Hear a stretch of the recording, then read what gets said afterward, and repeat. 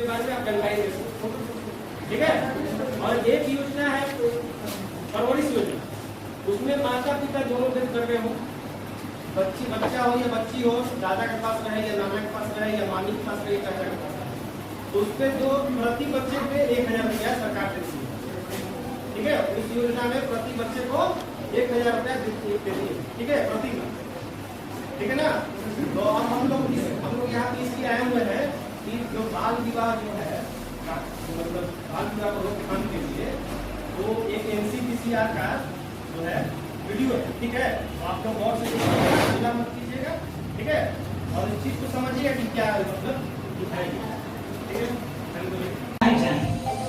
बाल विवाह प्रतिषेध अधिनियम 2006 के लागू होने से पहले या उसके बाद ही कोई भी ऐसी शादी जिसमें शादी के समय लड़की की आयु 21 या लड़की की आयु 18 से कम नहीं हो, पर ये अधिनियम लागू होगा।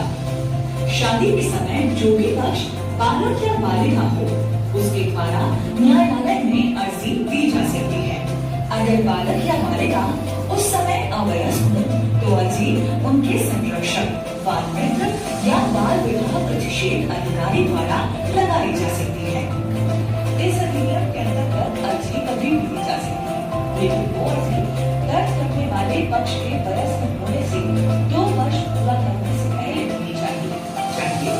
ऐसी स्थिति में जिला न्यायालय दोनों पक्षों को शादी के समय हुई किसी भी लेन जिसकी अवधि 2 वर्ष तक ही हो सकेगी दंडनीय होगा, और जुर्माने से भी जो 1 लाख रुपए तक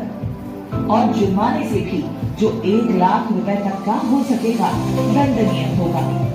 यानी कि बाल विवाह होने की स्थिति में बालक या बालिका के माता पिता के साथ कोई अन्य बालक या सहभागिता करने वाले किसी अन्य संस्था का सदस्य भी अपराधी माना जाएगा। इसका मतलब है कि शादी या निकाह करवाने वाला मौलवी, पादरी या पंडित भी अपराधकार हो सकती है। बाल विवाह प्रतिषेध अधिनियम 2006 की अन्य धाराओं के बारे में जानने के लिए हमारे इस खास वीडियो सीरीज से जुड़े रहिए।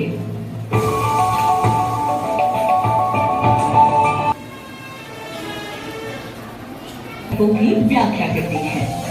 बाल विवाह प्रतिषेध अधिनियम 2006 की धारा 16 की उपधारा 4 के अनुसार बाल विवाह प्रतिषेध अधिकारी राजपत्र में राज्य सरकार द्वारा दी गई शक्तियों, शर्तों और सीमाओं में रहते हुए कार्य करेगा। अधिसूचना के माध्यम से बाल विवाह प्रतिषेध होगा।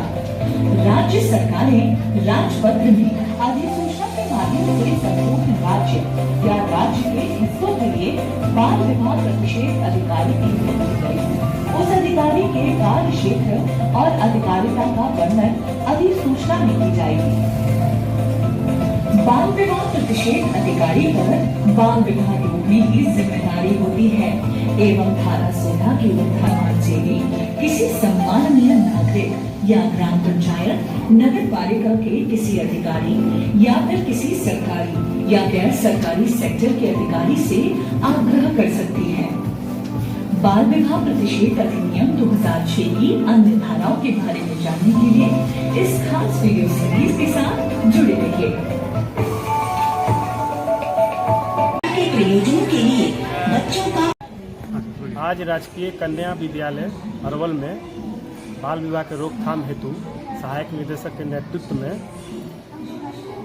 स्कूल में प्रोजेक्टर के माध्यम से रोकथाम हेतु बाल विवाह का वीडियो प्रसारण किया गया है, जिसमें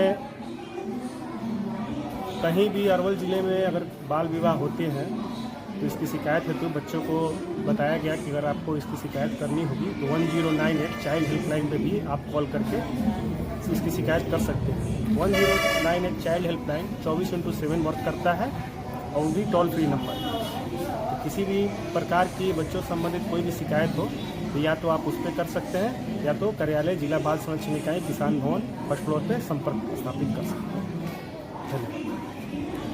राजकीय कन्या मध्य विद्यालय अरवल में आज हमारे कार्यालय जिला बाल संरक्षण इकाई में प्रायोजन योजना और परवरिश योजना संचालित है। प्रायोजन योजना के तहत जिनके पिताजी देहांत कर चुके हैं उनकी बच्चों को 0 से 18 वर्ष के कम उम्र के तक 4,000 रुपये प्रति माह सरकार के द्वारा राशि मुहैया कराई जाती है। मिनिमम 2 बच्चे का इसमें आवेदन किया जा सकता है।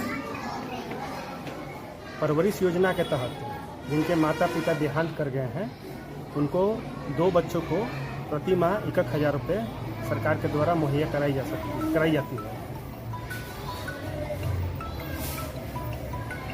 का लाभ लेने हेतु जिला बाल संरक्षण इकाई किसान भवन अरवल में संपर्क किया जा सकता है।